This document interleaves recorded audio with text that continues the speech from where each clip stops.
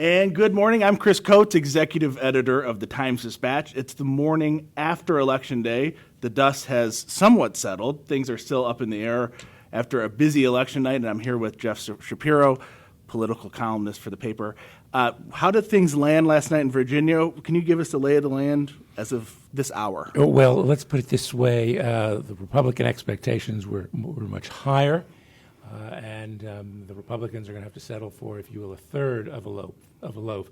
Only one pickup for the GOP, flipping a congressional seat in coastal Virginia, the 2nd District of Virginia.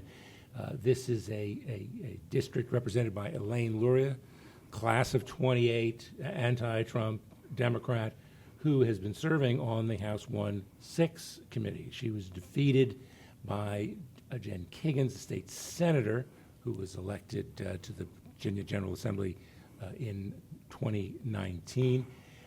This was a closely watched race, not because of the 1-6 committee implications, but largely a race that was seen as perhaps deciding control of the House.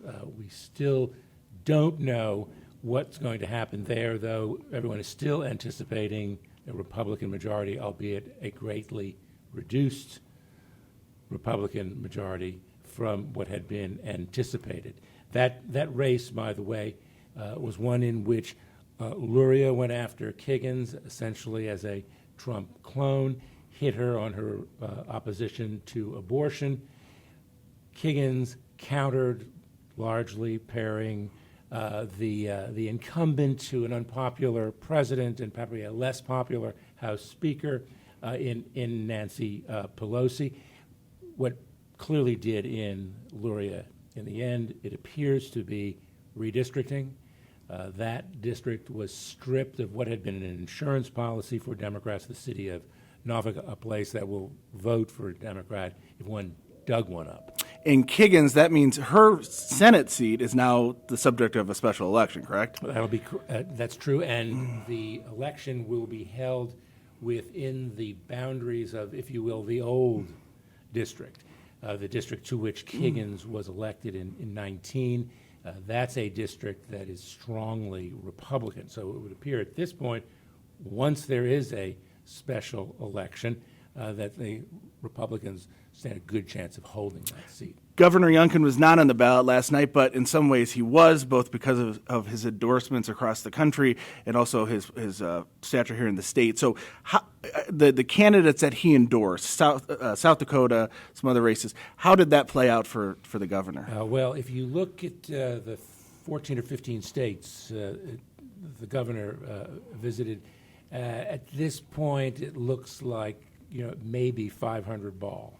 There's still some races to be decided, but pairing those returns from elsewhere with the one pickup in Virginia, this is not a great report card for Glenn Youngkin in what's clearly the first test of his personal political pulling power as a prospective national candidate. And speaking of that, does that change anything do you think, with the posturing for the White House? Well, the early consensus seems to be that it was not a great night nationally for Donald Trump, but it was a good night for Ron DeSantis, the governor of Florida, reelected in a landslide. It would seem that Youngkin is still way at the back of the pack. But one storyline that will seem to emerge from yesterday will be within Republican circles, what to be done about Trump.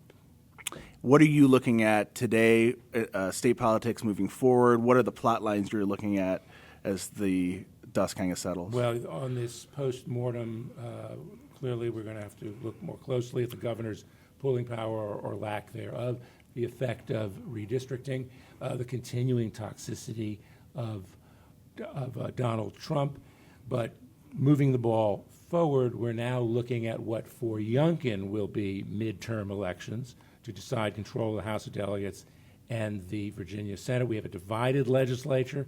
House narrowly controlled by the Republicans, Senate narrowly controlled by the Democrats.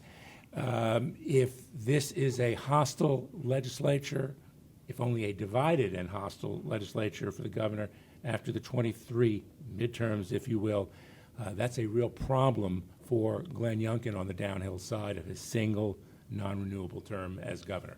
Very good. Well, thank you, Jeff. Jeff Schapiro, our political columnist at the Times-Dispatch. I'm Chris Coates. Thanks for joining us. Election coverage continues at richmond.com.